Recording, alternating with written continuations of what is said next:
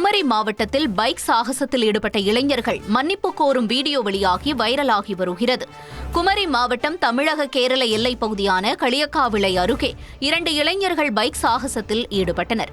இதனைத் தொடர்ந்து கைது செய்யப்பட்ட அவர்கள் தங்களது தவறை ஒப்புக்கொண்டு வீடியோ ஒன்றை வெளியிட்டுள்ளனர். தற்போது அந்த வீடியோ காட்சி வைரலாகி வருகிறது.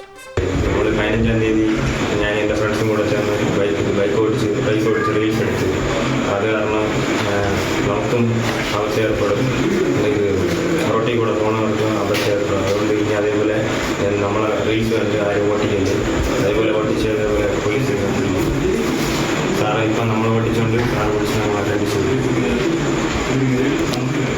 ഇനി ആരും ഇങ്ങനെ ഓട്ടിക്കരുത്. ആരില്ല, അത് നമുക്ക് ആവത്താണ്, റോട്ടിൽ പോകുന്നവർക്ക് ആവത്താണ്. என் பேர் சஞ்சீவ். வந்து ஃப்ரெண்ட்ஸ் கூட ரைஸ் போட்டோம்.